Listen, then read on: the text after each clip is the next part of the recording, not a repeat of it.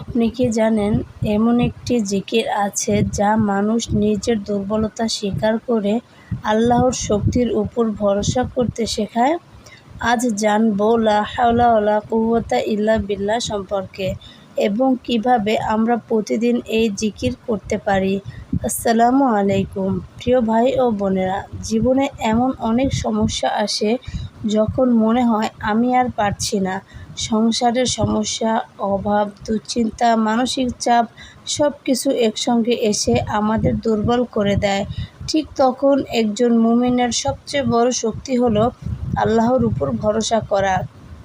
আমরা যে জিকিরটি বলছি, লা হাওলা ওয়ালা কুওয়াতা ইল্লা বিল্লাহ, এর অর্থ হলো আল্লাহর সাহায্য ছাড়া কোনো শক্তি ও সামর্থ্য নেই। এই ছোট্ট জিকিরের মধ্যে রয়েছে আল্লাহর উপর নির্ভরতার একটি বড় শিক্ষা। আপনি যখন এটি পড়বেন, মনে রাখবেন, আমার সমস্যা যত বড় হোক, আল্লাহ তার চেয়েও বড়। আমি যত দুর্বলই হই, আল্লাহ সর্বশক্তিমান। তবে একটি বিষয় মনে রাখা জরুরি, শুধু 7 দিন এই জিকির পড়লে নিশ্চিতভাবে বিশ্ব জয় হবে এমন কথা কুরআন হাদিসে প্রমাণিত নয়।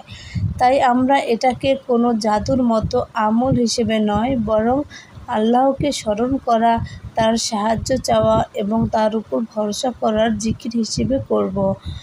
আপনি চাইলে আগামী 7 দিন একটি সহজ অভ্যাস করতে পারেন। সকাল বিকেল নামাজের পর অথবা যখনই মন খারাপ হবে মনোযোগ দিয়ে বলুন, লা হাওলা ওয়ালা কুওয়াতা ইল্লা বিল্লাহ। সংখ্যার চেয়ে গুরুত্বপূর্ণ হলো আপনি অর্থ বুঝে আল্লাহকে স্মরণ করছেন কিনা এবং আপনার জীবনে তার উপর ভরসা করছেন কিনা।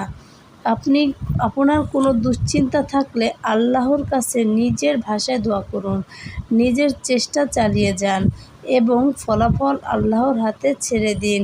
মনে রাখবেন, দুশ্চিন্তার সময় আল্লাহকে স্মরণ করুন, বিপদের সময় আল্লাহর কাছে সাহায্য চান আর কঠিন সময়ে আল্লাহর উপর ভরসা রাখুন।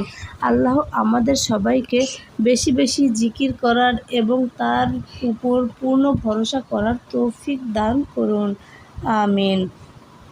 ভিডিওটি ভালো লাগলে লাইক করুন, আপনার প্রিয় মানুষদের সঙ্গে শেয়ার করুন এবং এমন আরও ইসলামিক ভিডিও পেতে চ্যানেলটি সাবস্ক্রাইব করে পাশে থাকুন। আল্লাহ হাফেজ।